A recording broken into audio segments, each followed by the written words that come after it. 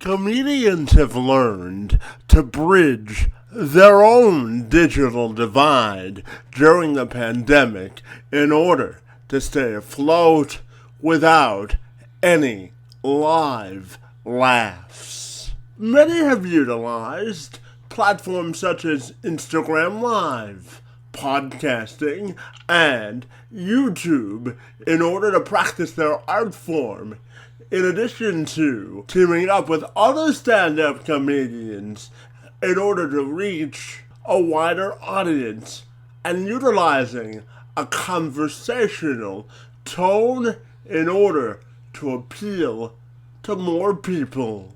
Mike Jaglin is a talent and development producer with extensive experience in comedy development, unscripted and linear digital production, sports and comedy podcasting, and so much more. He also was the host and creator of Clipcast, the first official podcast for the LA Clippers back in 2012. He joined me this week to have a discussion about the intersection of sports, comedy, and podcasting. I'm Kevin McShann. Let's have this conversation.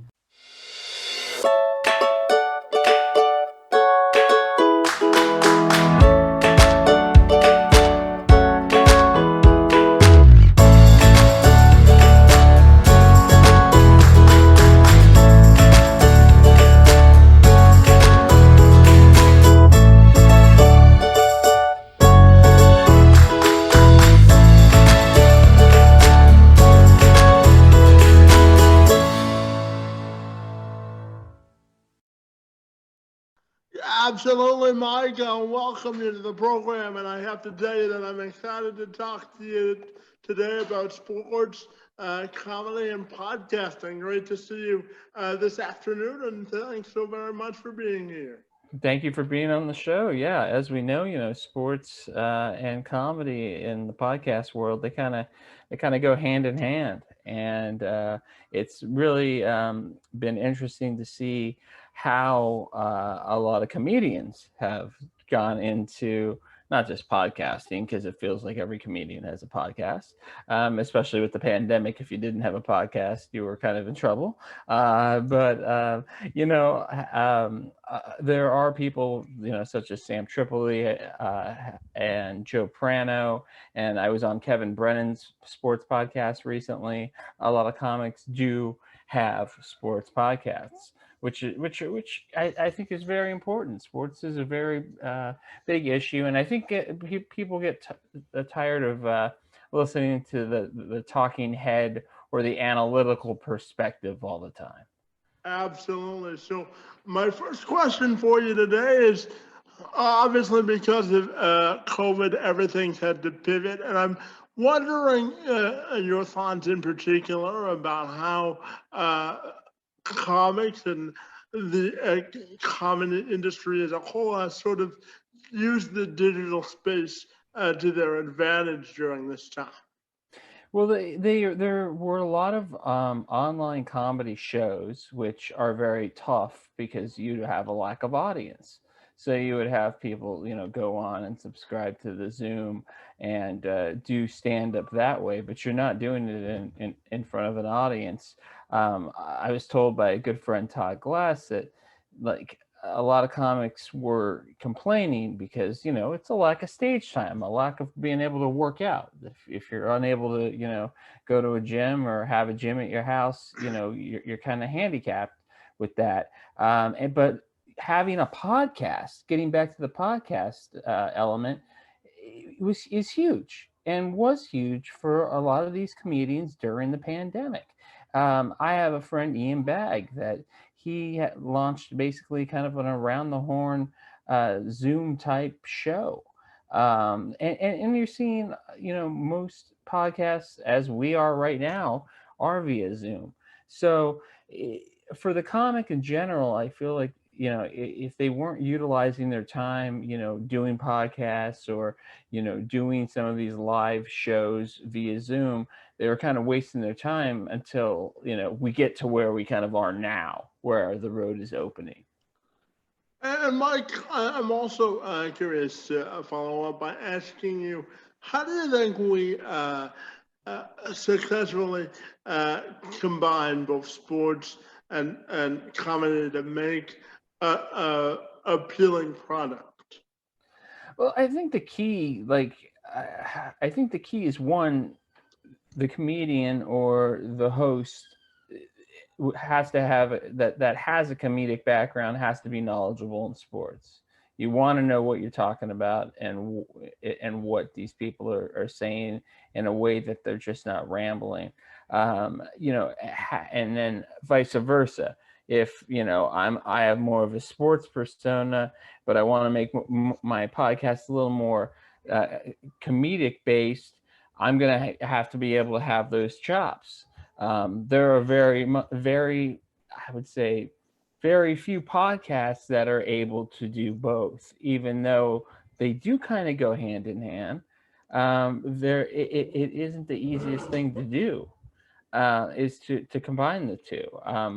I was lucky enough in 2012, I started my own podcast called Clipcast, and I brought in an actor comedian, Chris Wilde, and we ended up becoming the podcast for the LA Clippers for 3 seasons.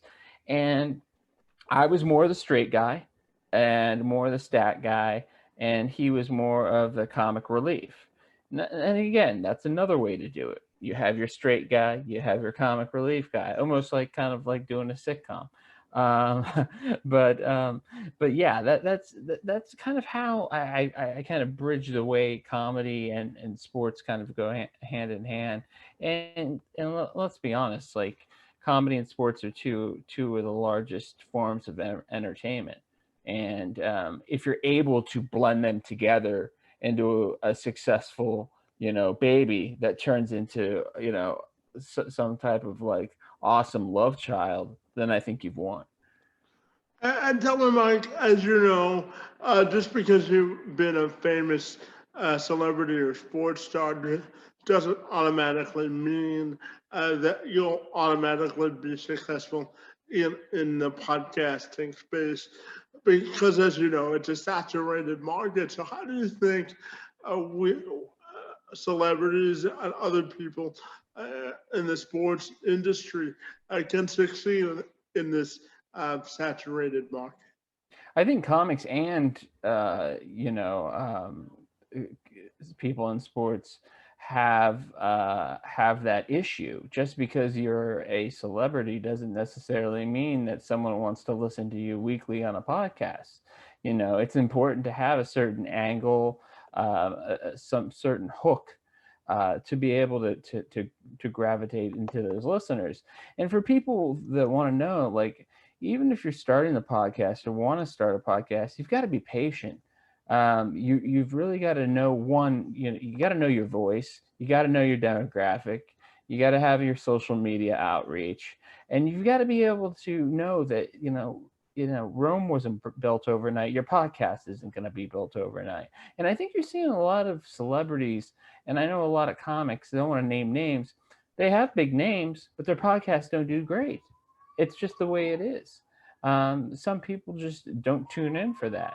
And you see, I think, more podcasts that do well when you have a certain cut and dry angle, when you cover a certain team, when when you have a view of something that is, like Ryan Sickler does the Honeydew podcast, which is phenomenal, which he basically takes like the most shameless acts that people have done and creates the positives out of them. You know what I mean? Like finding angles in a podcast that just isn't, surrounding one guy or two guys and a microphone bringing on guests. Yeah, yeah. It's just like announcing a basketball game just because you're a former athlete doesn't always mean you'll make the transition to broadcasting, right? Oh, we know that. We know that. We see that all the time. And Jason Witten had to go back into playing football because he was an unsuccessful broadcaster.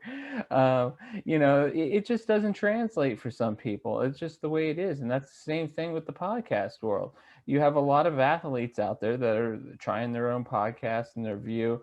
I know Steven Jackson and Matt Barnes' podcast is very, very popular, but they have an angle. You just can't be a former athlete and say, hey, I want to start a podcast and expect everyone just to jump on board. It's important to, one, have that demo that you're going to hit, have some type of social media presence, but you got to know what your show is. If you don't know what your show is, the viewer's not going to know and not going to want to come back. Yeah, angles are very important, and that leads nicely into my next question, which is, with your experience in the talent development space digitally, what sort of characteristics or qualities do you look for in people when you're trying to transition them to the digital space? You want to look for people that are vibrant, but that are able to bring something to the table. Fill a void, fill a need, yet be able to grow in that space and into that role. That's very important. I think we get lost, like getting back to what we were just talking about, of like, just because I'm successful at one thing doesn't mean I'm going to be successful in another thing. But the podcast world is a world that I think that is never going to go away. It's only going to get bigger, and I feel like there's a lot of noise out there of people that probably aren't going to be able to make the cut, but there probably are hundreds out there that we don't know of today that are going to have stellar podcasts in the future. I mean, it's really, really interesting, because goes back to the angles and the perspective, and knowing what you are to make sure that you're going to be successful in creating that podcast or creating digital content. Yeah, and as you mentioned earlier, you created Clipcast, which was the official podcast for the Clippers for about 3 seasons. So I'm curious to get your thoughts on the state of their playoff run and the NBA playoffs in general. Well, I mean, it was a great run until Kawhi got hurt, and I think we all, when it happened, we kind of grimaced, but we didn't think that it was going to be an issue like it has been. Right now, we know he's out with an ACL injury. We don't know the severity. Um, the playoffs. This round has been great. I thought the first round was decent, but it feels like it's a war of attrition. Of who's going to be healthiest at the end is going to probably be the one standing, unless Durant can put the nets on the shoulders and take them all the way. I think the product probably has taken a hit because they had to go into such a condensed schedule. And now you're going to have guys coming off the season that are going to go play basketball in the Olympics. So that's going to even be a quicker turnaround when it comes to that for next season. And then that season will get started back up in October. So, I do feel like I love basketball and I love the playoffs. I do think we're in for some fun. The Chris Paul news came down too, that he's dealing with COVID protocols, so he might miss a couple games in the next round. It's a really different state of sports. If you look at it, your best player could be unavailable due to either injury or to COVID at any moment. And that's just something you have to live with. And unfortunately for the Clippers, for the Suns, that's what they're dealing with right now. And I'm curious to follow up and ask you, what lessons do you think the NBA can learn from this season in terms of injury management, the quality of the product they're putting out, and moving forward, how do you think they can improve the product moving forward? I think the key is getting just back on track into a consistent schedule, something that kind of mirrors what we had in years past. Um, you know, once they got thrown into the bubble and they needed to turn around the season right away, there was a lot of pushback, especially from LeBron.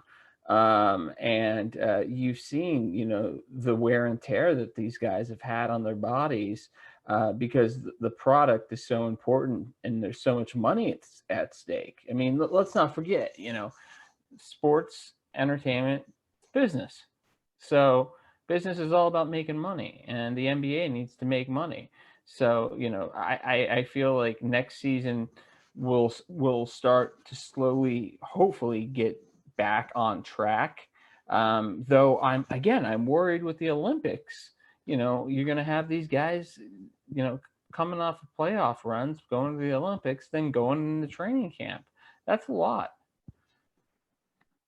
And I'm curious, since you follow the Clippers and you're closely associated to them, I'm curious to ask about Chauncey Billups in particular. His name has been bandied about for some coaching vacancies. Do you think he'll get one this coaching round? And what do you think about the coaches that have already been let go? Well, I feel Chauncey will definitely get a job. Chauncey is a players' league, and I think players relate to former players, especially someone like Chauncey that has such a great pedigree and is a borderline Hall of Famer. Um, he's Chauncey, knowing the story of, last year he was in the booth. He took extensive notes. When the pandemic happened, he went to Denver with Ty Lue, or wherever they ended up going. He went with Ty Lue just to basically learn X's and O's. And Brian Seaman, the play-by-play voice of the Clippers, was telling me that, like, Chauncey would, when they would do games, would have binders that he would take notes and continuously try to learn and figure this stuff out, because originally Chauncey, a couple of years prior, it was linked to possibly being a front office guy, and now he's made that jump into coaching. And I think you look at a lot of these vacancies, and I think Chauncey will easily get one of these jobs. I think Sam Cassell's another guy that deserves a look. He's been under Doc's wings for years. Boston's an interesting place. You're getting with Tatum and Brown. You have Dame in Portland. It's going to be very intriguing. Becky Hammond will definitely get a look for sure, as she should. So I wouldn't be surprised if we do have our first female coach this offseason. And if the Bucks bow out in this round against the Nets, do you think Mike Budenholzer He's gone. is? Yeah, Gone. you think Yeah, he's yeah, gone? Yeah. yeah. I mean, it's the same old thing, and I think that's why the Clippers made the adjustment last year in firing Doc Rivers. Is like you can only play the cards that many times and come up short.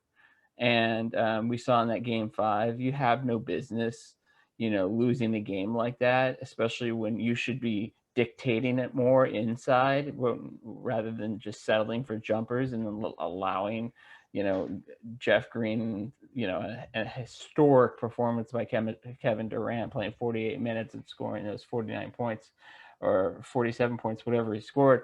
He's going to fall on the sword. Milwaukee has committed a lot to that team going forward, and I think you're going to hear Mike D'Antoni's name probably associated to that. That'll probably be a trendy name.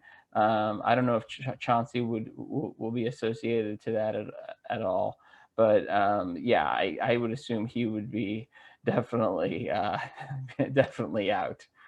Yeah, absolutely. And Mike, I'm also curious to ask you about what makes you laugh most importantly with your history in comedy and just in general. When you need a good laugh, what do you go to, bud?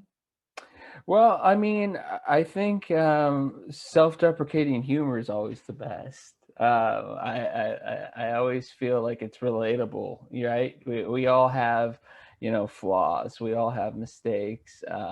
You know, storytelling is, something I also like too. When you have a comic or a story that it sheds a lot of light and a lot of comedic thing, but I'm a big self-deprecating humor person, and that you can kind of relate to what that person's going through and who they are, rather than, you know, a comic that just has like a perspective via, politics, or you know what I mean.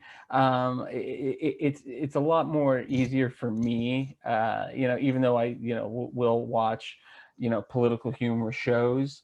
um, I'm all for self-deprecating. I'm all in for self-deprecating humor. Gotcha. And I'm also curious to ask you, we got the NBA draft lottery coming up next week. What do you expect to happen there? And who you got winning the whole thing in basketball, buddy? Who do I have winning the whole thing in basketball? Let's hit that first. Unfortunately, I'm going to say it's going to be. My dream is the Sixers and the Clippers, but that's probably not going to happen.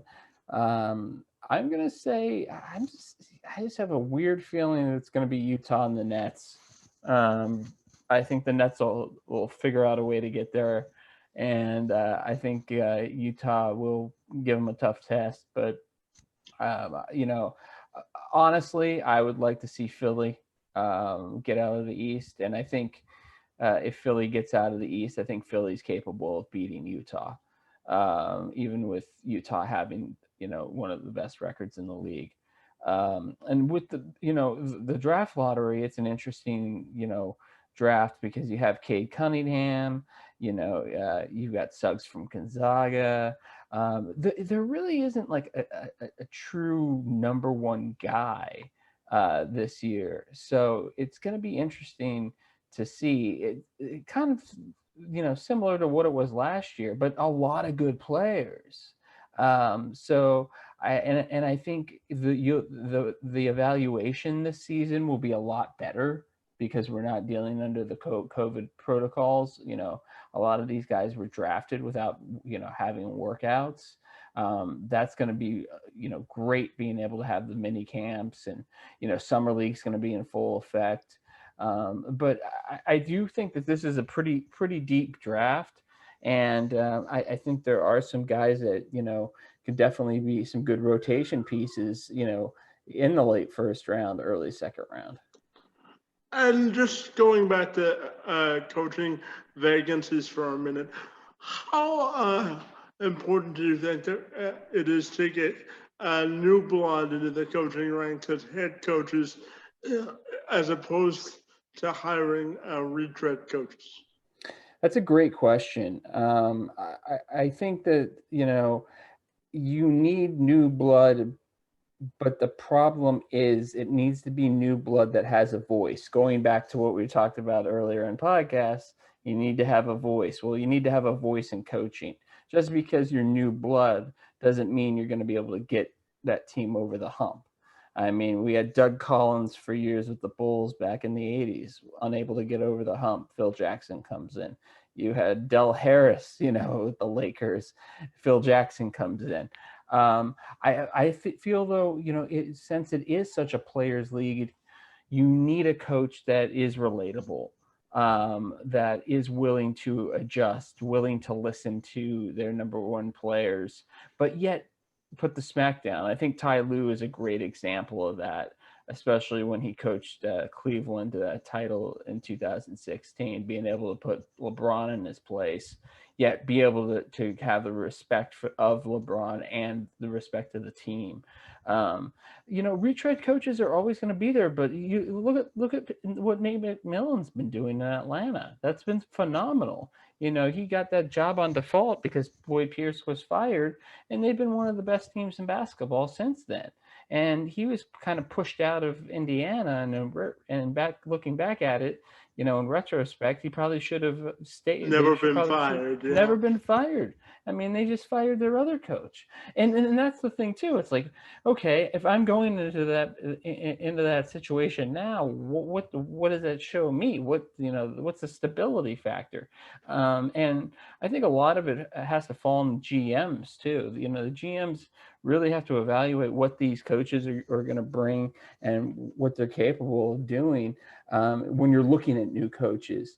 If you're looking at, places that, aren't going to go more. We just heard that Stan Van Gundy got let go and Scott Brooks got let go. Van Gundy will probably go back in the booth, I would assume. And Scott Brooks, will probably get a job somewhere again. And I think the retread thing, it's always going to be there, but it does feel like we're kind of reaching the end of the rope with some of these guys, doesn't it? Well, I know that Mike D'Antoni recently interviewed for the Portland. I don't know if he should get what he wants that Milwaukee job. That's what he wanted. I don't know if he should get another bite of the apple, but it would certainly be nice to see new blood in the coaching ranks. But I'm curious to also ask you, Mike, once COVID is officially over, what are you most looking forward to getting back to? Well, restrictions were just lifted in Los Angeles. Unfortunately, I can't go to the game 6 tomorrow night. But just being able to go to sporting events freely. I went to one game, limited capacity in the regular season. I've been lucky enough to go to 2 playoff games.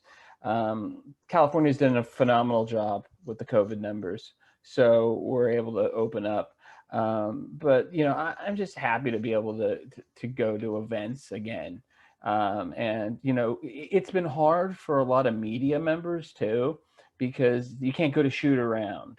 You can't, you don't get your typical, locker room press or press conferences after the game. Everything's done via Zoom.